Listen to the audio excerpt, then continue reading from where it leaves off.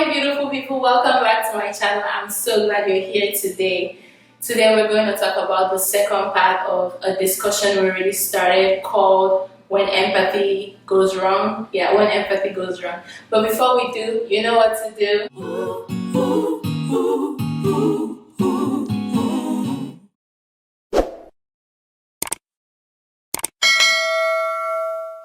Okay, so in this second part of the video, I'm going to dive into my story and how I've seen empathy or being an empath go wrong. So as I referred to in my other video, I can get absorbed into other people's worlds, into their feelings, into how they might see things. And maybe in a case where I'm having like a disagreement with someone, it's so, or not necessarily disagreement, but like if we're seeing things in a different way, in a different light, it's so easy for me to be so pulled in to their perspective and the way they see things that I abandon my perspective. That's where it goes wrong. So how to make this right? Like I've said over my videos, if you go through my entire foundational how-tos, I have so many videos on creating safety with your heart, introducing your heart. But what that does, what those videos talk about, is creating a relationship with your heart. Before my emotional healing journey, I did not have a relationship with my heart. So I lived my life in a state of self-sacrifice.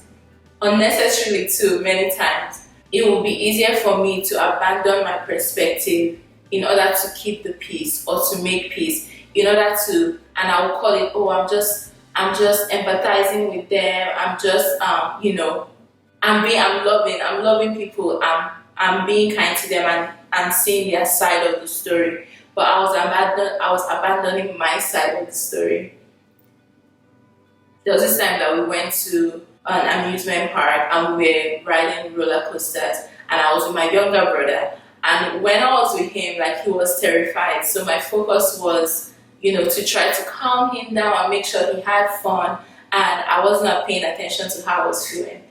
Towards the end of the day, when he decided he was tired and it was now me and my other sister who did not need me to calm her down, I became aware of my own fear. So what I learned from that experience is that I was able to go ahead and not even pay attention to my fear and my feelings because I was focused on taking care of somebody else's feelings. And I think that's a powerful mindset and that's a powerful dynamic to happen when maybe there's something shocking happens or something really traumatic happens. It's a gift to be able to dive into somebody else's problems and dive into serving other people and dive into helping other people, that you're not swallowed by your grief or swallowed by the trauma. However, I think it's problematic if that's the way you live your life on a day-to-day basis. I think it's problematic to be so separated from your feelings about something because you're catering to other people's feelings. Before I built up my relationship with my heart, my concept and the way I navigated the world was all about other people. How are they feeling about this? How would they respond to this? How would they take this? But as I started building a relationship with my heart and getting introduced to my heart, I realized that I am no longer only worried about other people. Yes, I do care for other people and I do care how they feel. But now I have somebody else I'm thinking about. And that somebody else is the little girl inside, is my heart. That somebody else is me. And if you've watched my video on building real relationships, this touches on it, making space in relationships for yourself. That is what I've been able to practice now and see when I hid behind the mask of empathy and being loving. And all I was doing was abandoning my truth, abandoning my reality because of somebody else's reality. It's very easy, especially for me as an introvert and someone who is more on the quiet side. It's very easy for the people around you to be so loud about their opinions and their feelings and where they're coming from, that you allow that noise to let you drown your own voice inside your heart. I'm not saying be loud about your feelings. I'm not saying be loud about your opinions. But at least hold space inside yourself to still be aware of how you feel about the situation.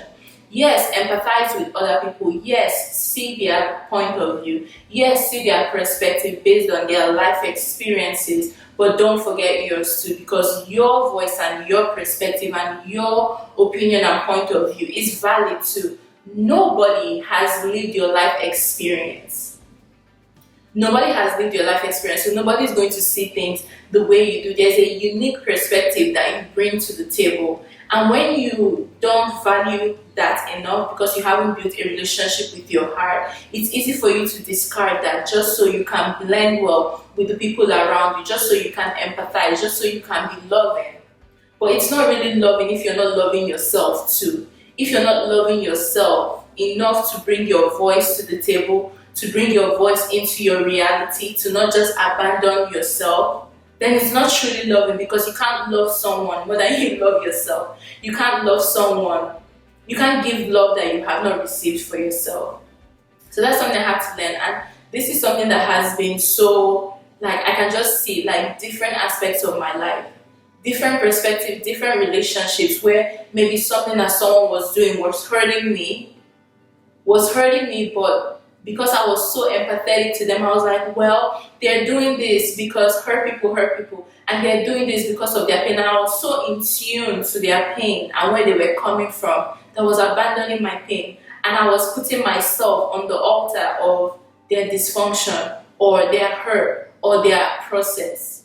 Yes, I am going to empathize that hurt people. I'm going to empathize that the person is feeling pain and that's why they're inflicting pain. But I'm also going to protect myself. I'm not going to put myself there. I don't know if this is common sense for other people, but for me, it wasn't common sense because I felt like I had to starve in order to feed somebody else. But what I'm learning is that there's abundance, there's enough love, there's enough space for you, and there's enough space for me. And so I think that's the perfect way to keep empathy in check and to keep empathy in its right place, is to be empathetic to other people, yes, but to also be empathetic to yourself. And you cannot be empathetic to yourself unless you build a relationship with yourself.